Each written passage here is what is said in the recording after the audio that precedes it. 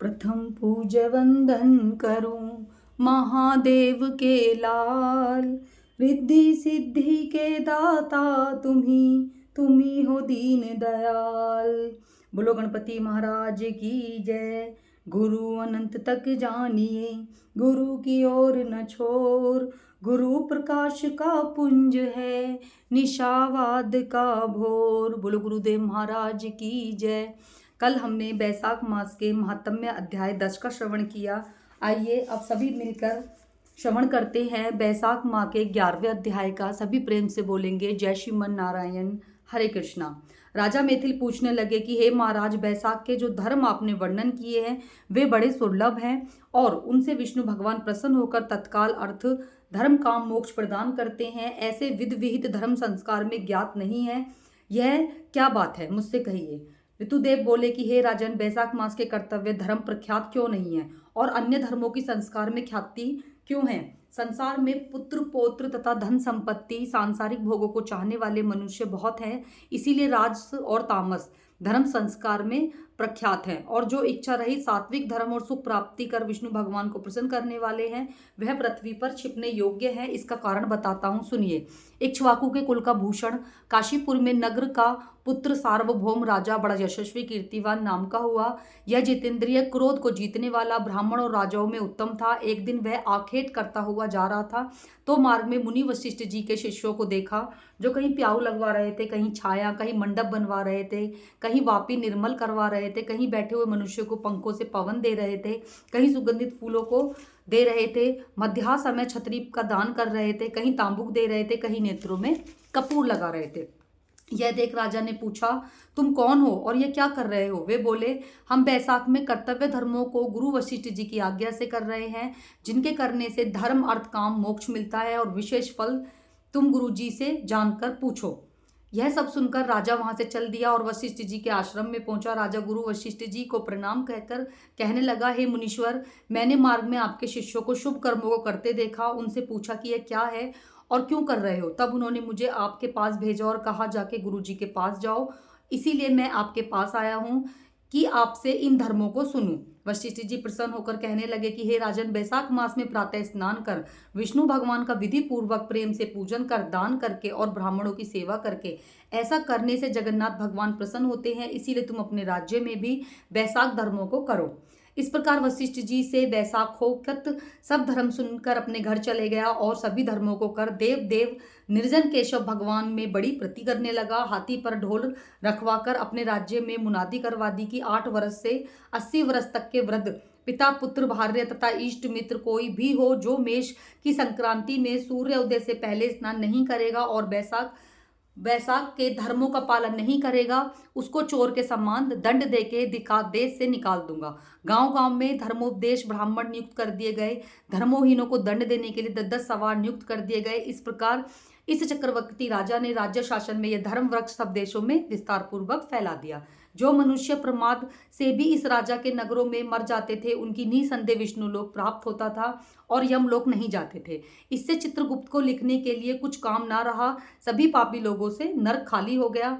तब नारद जी ने धर्मराज से के पास जाकर बोले कि हे राजन, नरक में पहले जैसे हाहाकार शब्द अब सुनाई नहीं देते हैं। खोटे कर्म करने वाले, माया और दंभ से भरे हुए पापी मनुष्य तुम्हारे लोक में क्यों नहीं रहे और चित्रगुप्त भी हाथ पर हाथ रखकर बैठे हैं, इसका क्या कारण है, सो मुझे बताइए। तब धर्मराज बोले कि हे नारद, आजकल पृथ्वी का एक राजा हर्षिकेश पुराण पुरुषोत्तम का बड़ा भक्त है। उसने अपने देश भर के मुनादी कर दी है कि सब छोटे बड़े बूढ़े मेष की संक्रांति में बैसाख मास के धर्म का पालन करेंगे। उल्लंघन करने वाले को दंड का भागी होगा।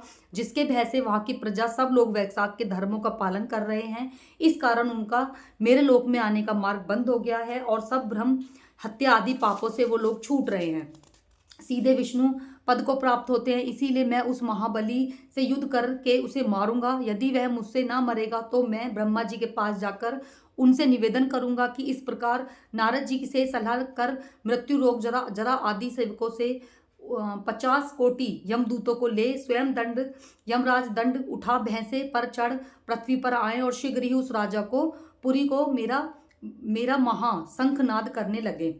तब राजा ने यह सुना कि यम ने ऐसी पूरी घेरी है। तब अत्यंत क्रोध पर अपनी सब सेना सजा नगर में बाहर आया। दोनों में घोर युद्ध हुआ। राजा से यम की सारी सेना को जीतकर भाग गया, जिससे क्रोध होकर यमराज अपने अनेकों बाणों को चलाए और ढाल तलवार उठाकर राजा को मारने आया।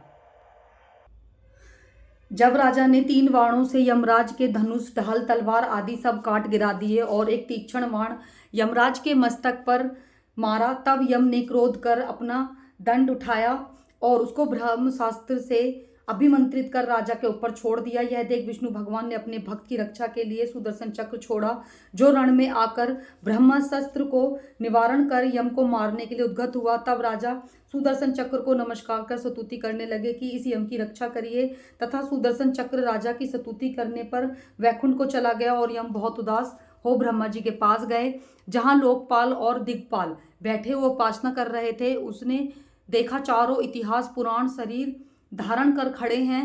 नदी सरोवर मूर्तिमान विराजमान है, पीपल आदि सभी वृक्ष खड़े हैं। वापी, कुआं, तालाब, पर्वत सब मूर्तिमान है। दिन रात, पक्ष, मास, कला, काष्ठा, निमेष, ऋतु, अयन, युग, संकल्प, विकल्प, निमेष, उन्मेष, श्रद्ध, योग, करण, पूर्णिमा, अमावस्या, सुख दुख, भय, लाभ, अलाभ, अजय, विजय, सतोगुण, रजोगुण, तमोगुण, शांत, मूढ़, असी, पोर, प्राकृतिक विकार, कफ, वात, पित्त आदि सब चराचर मूर्तिवान सेवा में खड़े हैं।